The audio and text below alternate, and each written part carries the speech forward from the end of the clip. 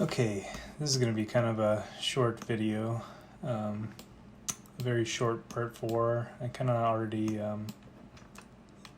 did everything, so I took a character that I used in the last video. This one was modeled by, I can never pronounce his name, Miliki. You can find his stuff on CG Trader. I also got the clothes and the shoes off of CG Trader. I can't remember who modeled those, just really quickly put it together and pretty much used the same method that I used in last week's animation. So originally I had him walking through here. And then the character cast a shadow right here, and as he's walking through, he got darker, and then the light hit him again. But it just to me, it just felt like it made the shot like this very kind of like it just didn't match the shot to me. So I decided to go with something more still. So he's just kind of leaning against the wall. There's some movement. You can't really see. I mean, you'll see at the end of the video when you see the final render, but he's just kind of hanging out, patting the wall, moving his head around. Maybe he's sad about something. But let's see, what did I add? I ended up... I rendered out this shadow pass right here, which I thought turned out great. It was fun, like I actually felt like I learned something. So that was good for me. I think in the last video I was struggling to figure out what the hell I needed to do to get just the shadow pass in here. I didn't want the character in there, just shadows. So after I got done with I think it was yesterday's video, I figured it out within 5 minutes of stopping after I stopped recording, and then I rendered out just a normal, no shadows, super bright pass. Because I knew I wanted to mix it in with this one right here. This is all the shadows from the overhang hitting him. So I knew that this was going to be too dark. I felt it's I think it's more appropriate for the scene. That's honestly probably what it would look like. But I wanted to add a little bit more brightness in there for him, so you can maybe just make him out a little bit. And of course I just turned it down, or mixed it in a little bit more, so it feels a little better in the scene to me. But I think that pretty much might be it. But just a recap of what we did. Still image that I took in Cinque Terre, Italy. I had something like this in mind of what I wanted to do, so let's see, reformatting it to 1920 by 1080, transforming it down. I think I'm counter transforming for this animation transform I did down here. What am I shuffling in here? Oh, just a roto shape, some volume raise. Let's see, what is this? Particles that I used for a Maze Runner type shot I wanted to do. Oh, I did that one a long time ago. Let's see what's going on here.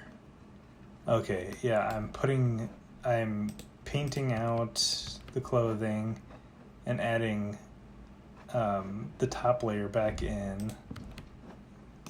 Some shadows for the clothing. Here's the Play Blast animation I did, which I thought worked out great. I might do that some more in the past, especially if I'm using just images. like real images, that actually worked out pretty good instead of just waiting for a render. I actually think a render for this would have taken, you know, it would have gone pretty fast, but Play Blast is fine. Let's see. Oh, adding him in. I think in the future I would probably transform this first and then animate it. Okay, so this is the shadow pass.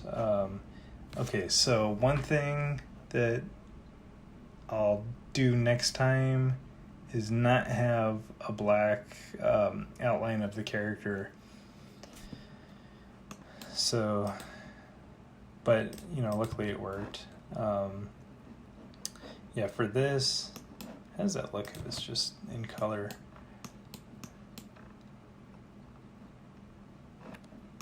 It's not bad, I guess. That looks terrible. I think I would turn this down. Oh wait, hold on. Turn this. I think I would turn this down about right there. I mean, that doesn't look too bad. But I'm interested in a black and white image for this. I think it looks kind of cool, like an old, like, I don't know, like an old Italian movie or something. A little bit of camera shake. I mean, it's really subtle. Yeah, my frequency is 0.05. A little bit of lens distortion. I explained this in the previous video where I just felt like it gave it a little more depth to the still image.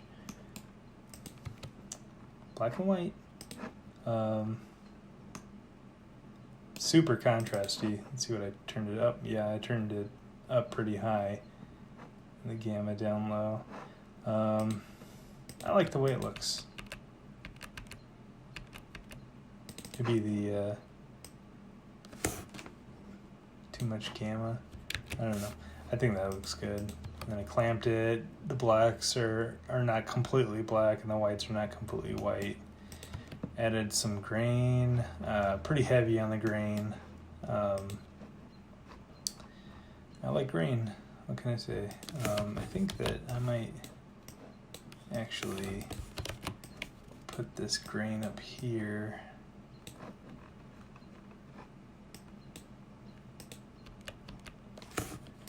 Maybe not. I think there's one more thing I want to do.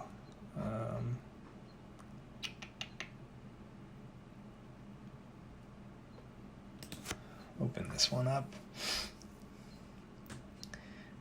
Put a chroma shift in there. I got it right here. If you can save time not having to type in a bunch of nodes and dial it in, just go for it. Okay, where do I want this? I want this after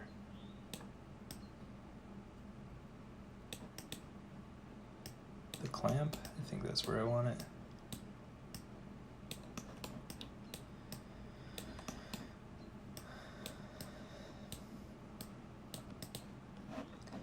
Okay, what's going on?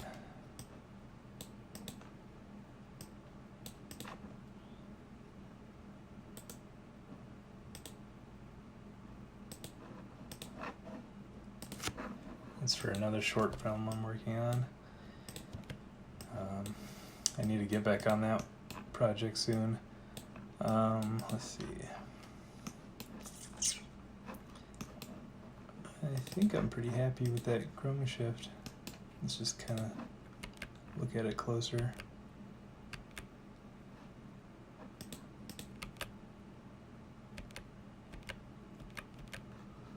Yeah, it looks pretty good.